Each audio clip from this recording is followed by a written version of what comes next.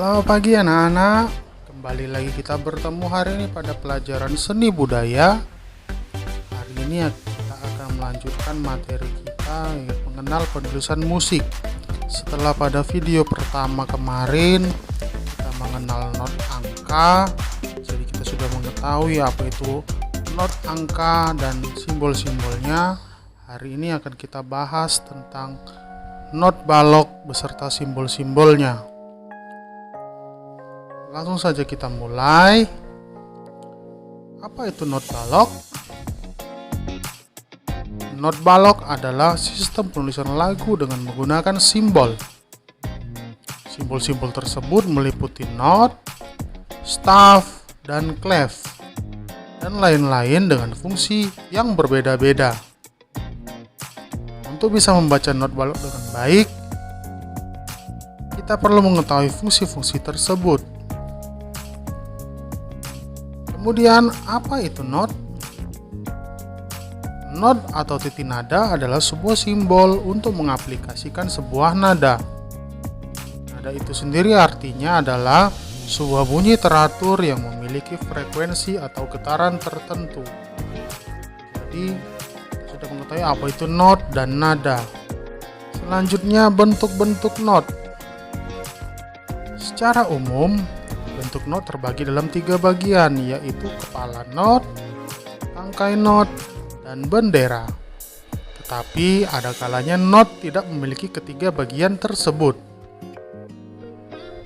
Perhatikan tabel gambar not berikut ini. Yang pertama adalah bentuk not yang hanya kepala saja, namun tengahnya kosong atau warna putih, itu disebut dengan not penuh atau whole note.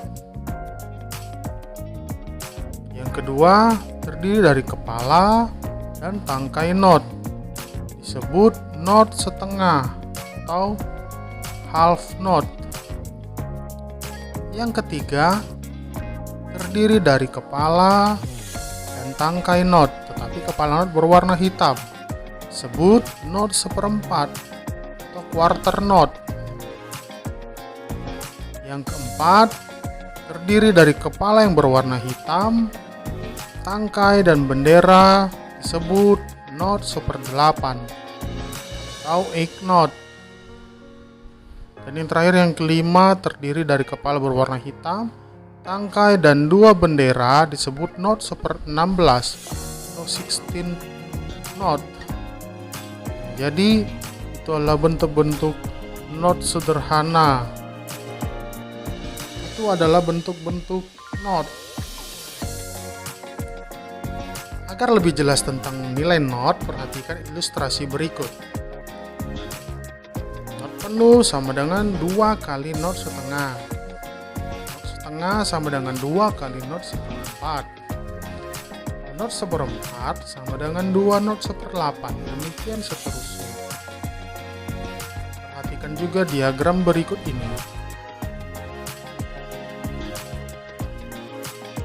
Hampir sama seperti bilangan pecahan, not penuh dibagi 2 menjadi not setengah dibagi 2 lagi menjadi not seperempat, not seperempat dibagi 2 menjadi not 1/8, demikian sampai ke bawah. Itu hampir sama seperti penjumlahan dalam pecahan pada pelajaran matematika. Itu adalah untuk nilai-nilai not dan bentuk-bentuk not. Kemudian simbol ketiga yaitu staff. Apa itu staff? Staff atau garis para nada adalah tempat untuk menuliskan not atau titik nada. Misalnya seperti berikut ini.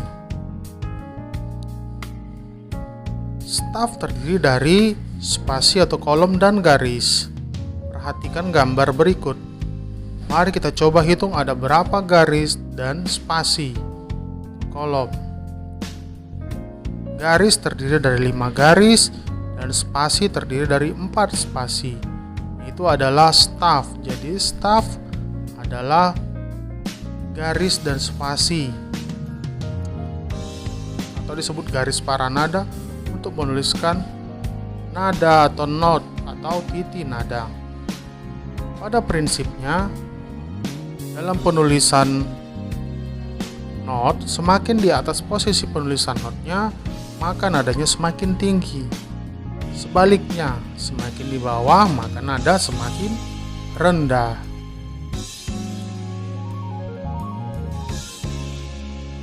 Jadi, dapat kita simpulkan, garis dan spasi pada garis paranada fungsinya untuk mewakili nada-nada.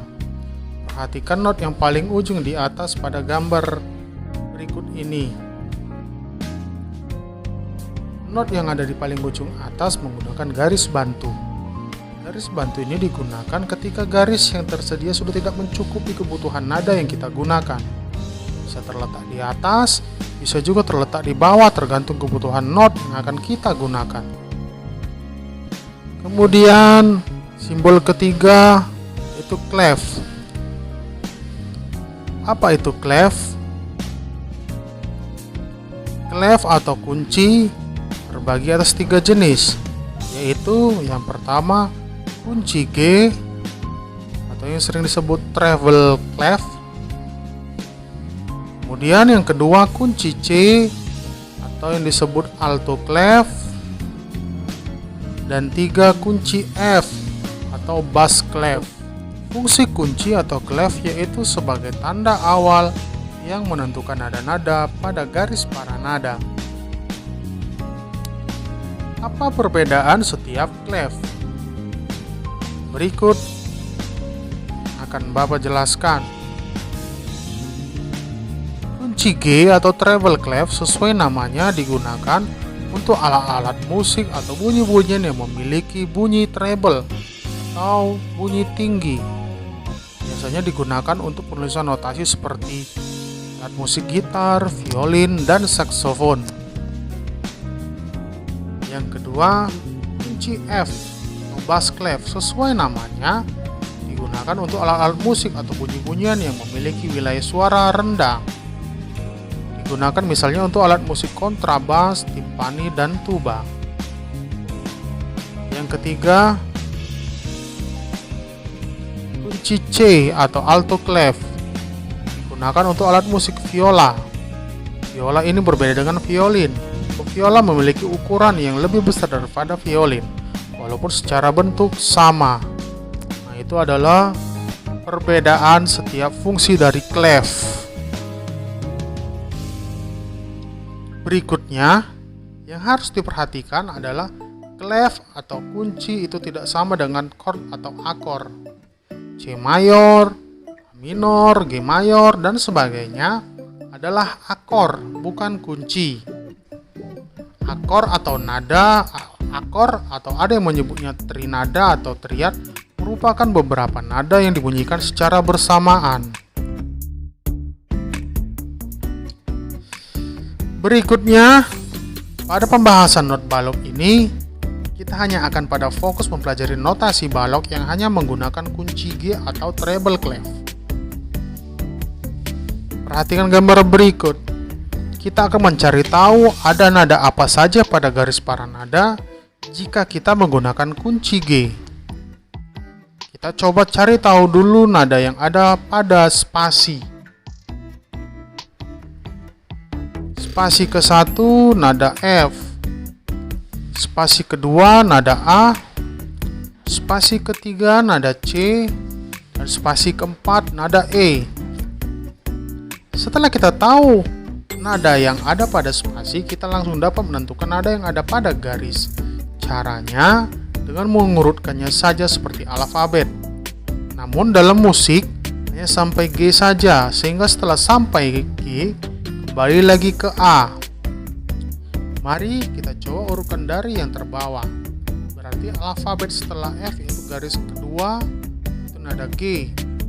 Berikutnya alfabet setelah A yaitu garis ketiga nada B.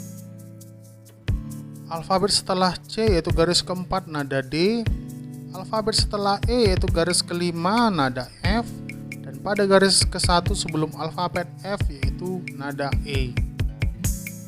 Nah, sekarang kita sudah mengetahui nada-nada yang ada pada garis dan spasi pada garis paranada. Penjelasannya garis 1 nada E, spasi 1 nada F. Garis 2 nada G, spasi 2 nada A. Garis 3 nada B, spasi 3 nada C.